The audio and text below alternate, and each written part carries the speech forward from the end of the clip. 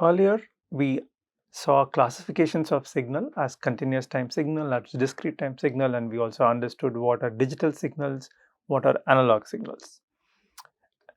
And then we said that we'll focus in this course only on continuous time signals, for a simple reason that if you take a circuit and then just connect a particular point to an oscilloscope and then try to measure the voltage or the current in it, it's all going to be a continuous time signal. Everything that you see in an oscilloscope is going to be a continuous time signal.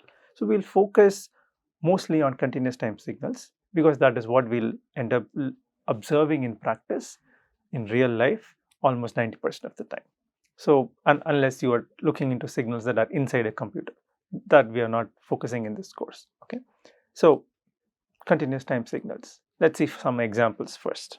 A very interesting example is a sinusoid. So what is a sinusoid? How do we represent a sinusoid? Remember, we are going to always model a signal using some analytical expression, a mathematical expression that helps us to completely characterize the signal. So a simple example is a sinusoid, and we are going to characterize that fully using a mathematical equation of this form. Now, if you want to listen to a sinusoid, you can easily visualize it, right? So how do you visualize it? You plot it along some time t. Okay, so let's take some sinusoid, and if you plot it, it looks like this. Okay,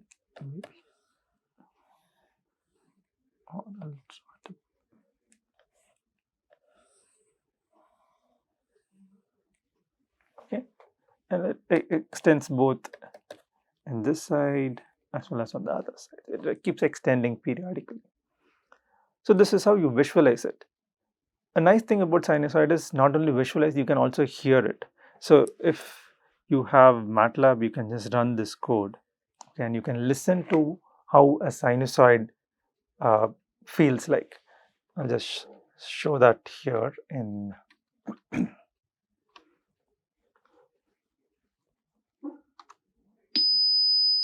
I hope you were able to hear that.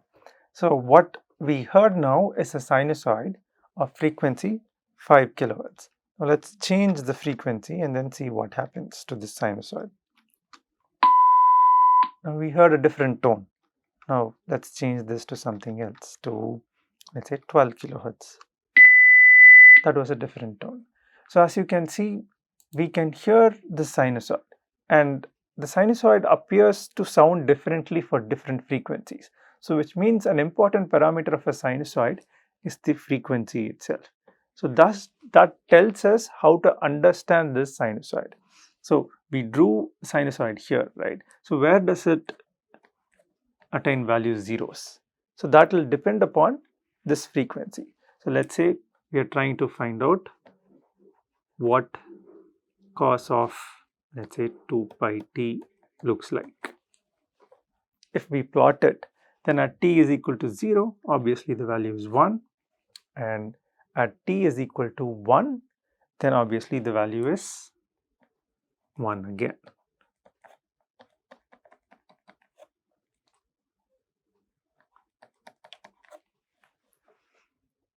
So the value for which the function attains 0 is, we all know that when t is equal to 1 by 4.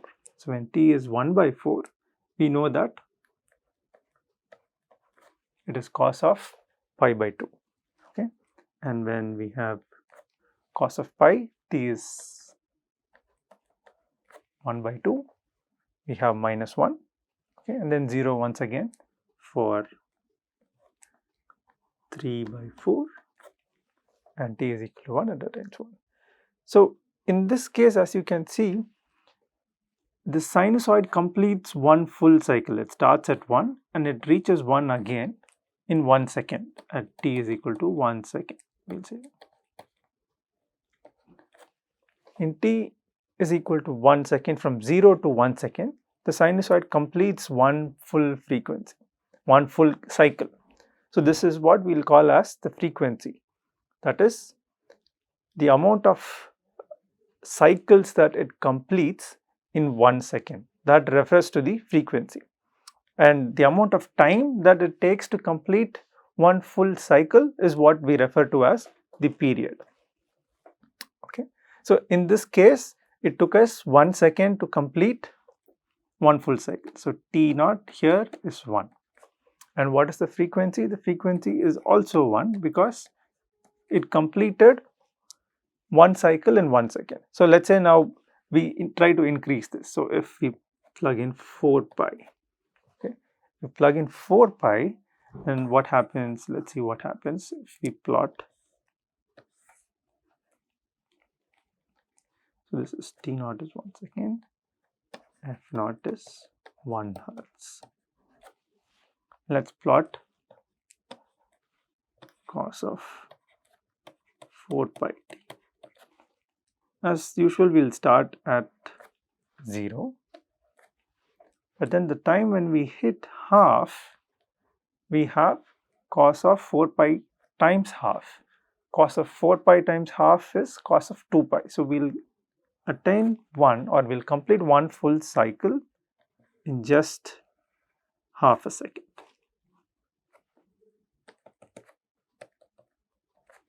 Right, so this is half a second. So in this case, T naught is 0.5. T naught refers to the time taken to complete one cycle. This is 0.5 seconds. And F naught, that is a frequency, corresponds to how many cycles are completed in 1 second. So in this case, we'll complete 2 cycles. So this is 2 hertz. Okay. Now this talks about the important property of the sinusoid, which is the frequency. And the frequency and the period are related. We also have what is called as the angular frequency. So the difference between angular frequency and the rotational or linear frequency is that they are related by a factor of 2 pi. So we know what was rotational or linear frequency. It simply corresponds to the number of cycles that are completed in 1 second.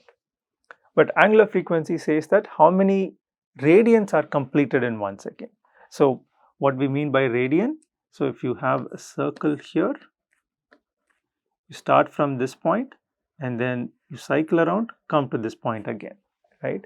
Which means you take a full cycle in 2 pi radians. That is, a full cycle is completed. You come to the starting point again when you have rotated by 2 pi. So that is what is referred to as angular frequency. So basically, once you have moved in angular domain by 2 pi radians, right? Wherever you start from, let's say you start from here, you rotate by 2 pi radians, come back to this point. So a full cycle corresponds to coming back to the same point, and coming back to the same point in the angular domain corresponds to completing 2 pi radians. And that is what we say, that the amount of time taken to complete a full cycle, as in the radians, we say that the amount of radians that you complete in 1 second is what we call as the angular frequency. Okay. So in other words, if we complete, let's say, one full cycle, then how many radians did we complete in one full cycle? As we saw in this plot, one full cycle is that starting at a point, going around the circle and coming back to the same point, which means 2 pi radians we completed in one cycle. So if your frequency is such that you are completing 2 cycles in 1 second, which means you would have rotated 2 times in this circle, which is 2 pi times 2. So your angular frequency is nothing but 2 pi times whatever is your rotational or linear frequency. So this is what we'll call as the angular frequency. It's simply nothing but each cycle now corresponds to 2 pi radians. That's all. So which means if you complete f cycles, then you would have completed f times 2 pi radians. So that is what we'll call as the angular frequency. This is the relationship between the angular frequency, which will typically represent with omega, and the rotational frequency, which will represent with f. So the angular frequency is 2 pi times f. So in some scenarios, we will use the angular frequency because it is easier to work with angular frequency. In some scenarios, we will see f. So when you want the analysis to be in terms of hertz, then we'll use f, that is the rotational frequency. Whereas if you want the analysis to be in terms of radians per second, okay, then we'll use angular frequency. So angular frequency is nothing but radians times hertz. Okay, So sometimes it is easier to understand in terms of radians per radians hertz rather than just looking into hertz. So we'll use the angular frequency in certain scenarios. The last parameter that we have here is the phase. Okay, so the sinusoid here in this whatever the plots that we have, it started at 0, right? But you can start it at some point later, right? So which means the starting point itself, instead of being here at 0, you can start somewhere here or here, right? That starting point is what we'll call as a starting phase. It's a fixed number. It does not change with some time. So if you have to plot it, then the plot looks, let's say your phase phi, this is equal to some pi. Okay, so that means you are just shifting your starting point. So now the sinusoid looks something like this.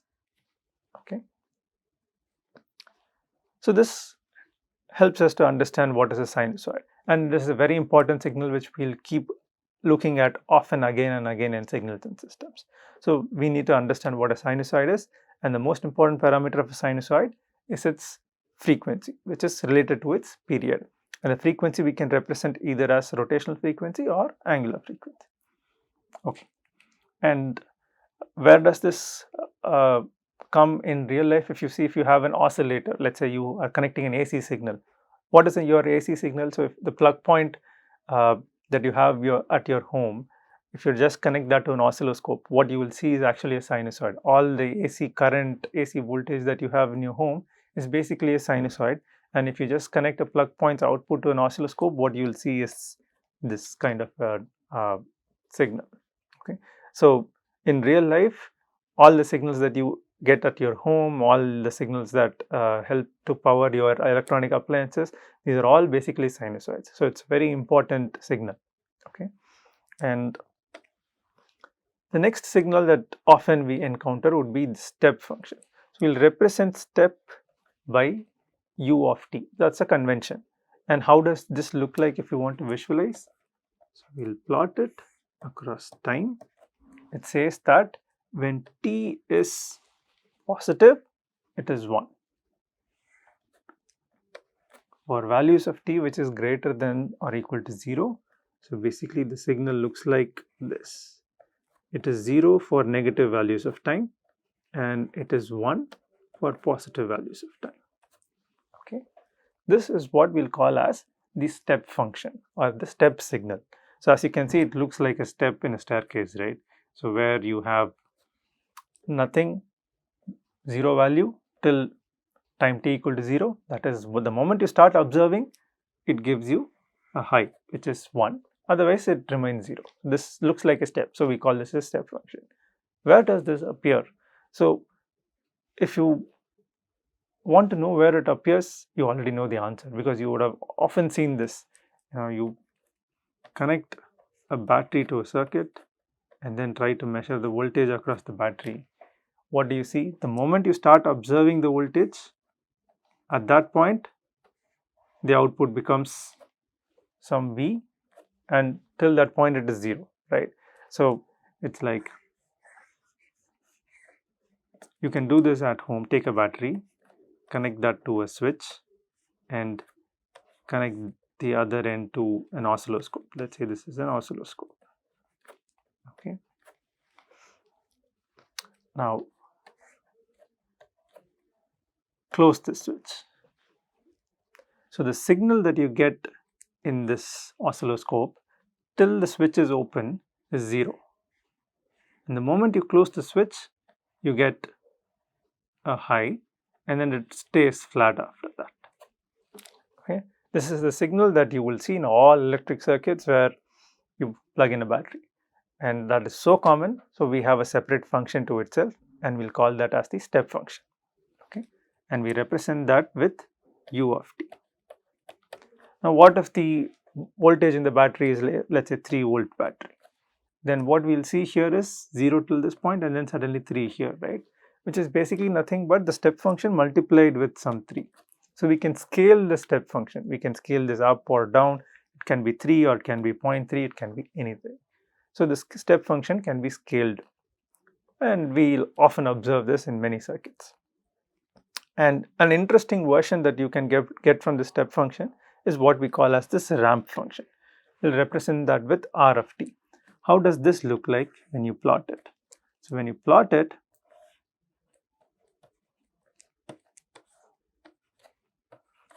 obviously till time t equal to 0, there is nothing. Okay, it's 0. But after time t equal to 0, it starts just increasing like a ramp, okay, like a slab, an inclined slab. That's what we call as a ramp. Okay.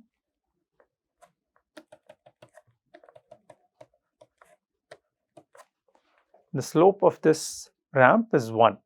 Okay. So where do you see this? Now let's say in this circuit you have an inductor connected. Okay. And then in this oscilloscope you measure the current in this inductor now. So if you try to measure the current in this inductor after you close the switch, so till the switch is open, let's say this is time t and this is the current in the inductor. Okay. Till the switch is open, there is nothing. We know the relationship between the current and voltage in inductor is V is L di by dt. Okay, so which means the current is 1 by L integral V, right? So it means the voltage is given by this signal. So this is the voltage. The moment you close the circuit, the voltage applied is a flat step voltage, and the current in the inductor now would be an integral of this value, which means it will start increasing.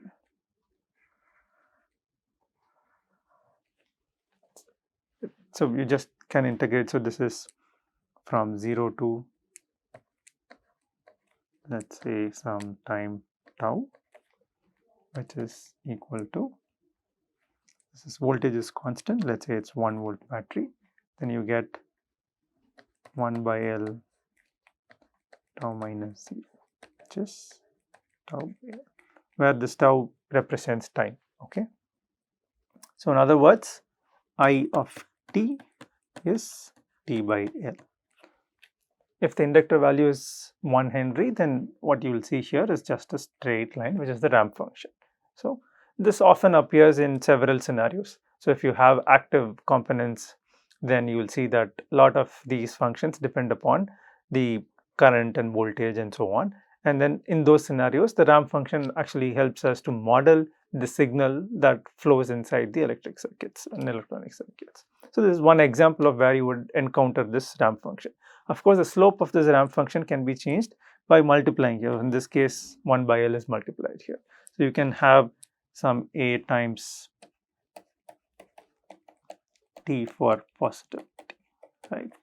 And then if you have some A times t at t is equal to 1, the value here will be A. So that's a scaled version of ramp. So this is another signal that we'll encounter often in practice. Okay, now we'll see another kind of signal. So you might have seen USB ports and serial ports in your computer, right? So have you ever tried to connect that to an oscilloscope and then see what happens? There are a lot of in your phone, there is a USB port. So it's only a 5-volt signal that comes from the USB port. So you can just take the output of the USB port, connect it to an oscilloscope and see what kind of signal that you observe from these ports. So if you see, typically what you would end up seeing is something like this. Lot of square pulses keeps coming up, going in those. So essentially the high or the non-zero value in that pulse is representing bit 1 and 0 values are representing bit 0.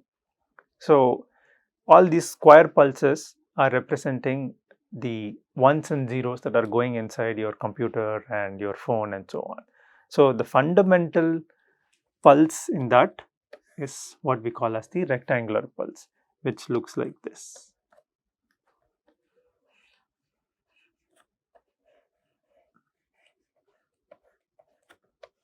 It is 0 everywhere except in the interval minus half to plus half. Okay. In that it is 1. So this is the building block of any signal that you will see in your USB port or a serial port and so on. So combinations of these are used to represent ones and zeros. So in this signal what we have here is something for a duration of 1 second. Here it is 1, in all other period it is 0. We will call this as the rectangular function. Okay. So once again you can scale this up and down, so you can have a rectangular function as some a times rect t, where this a can be 1, 2, 3, 4, or it can be 0.5, 0.7, whatever. So the amplitude here of this function will be depending upon the scaling factor. And for conventions, we will denote that a rectangular function always starts at some minus half in the negative time and extends equally in the positive time. Now, how to represent this as in different locations of time, that we will see a little later. Basically, what we are trying to do is we are trying to manipulate this signal. How to manipulate signals? That will be our next question. So, we will see how to manipulate that signal next. Before that, I'll just end these examples with what we call as the triangular pulse. A triangular pulse is basically nothing but the integrated version. So remember, from step we integrated and got ramp, which means we can also do some kind of integration to the rectangular pulse and get the triangular pulse. So this is what we'll call as the triangular pulse. Starts at minus half, ends at plus half. It looks symmetric across time, and the amplitude here is half. This is the triangular pulse. But then if you integrate the rectangular pulse, what you would actually end up getting is something like this.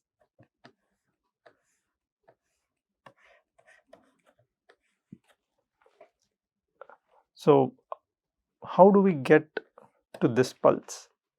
Which means, once again, what we are trying to do is we are trying to manipulate this pulse here to get to this pulse. Which means the next thing that we have to understand is how to manipulate signals, how to play with signals. Now, if I connect my serial port to oscilloscope, I see a sequence of rectangular functions. But I know a rectangular function, I know how to model it here when it is present between minus half to plus half. Now, how do I model a rectangular function that can be present anywhere in time, right? So that is what is your serial signal or serial port signal.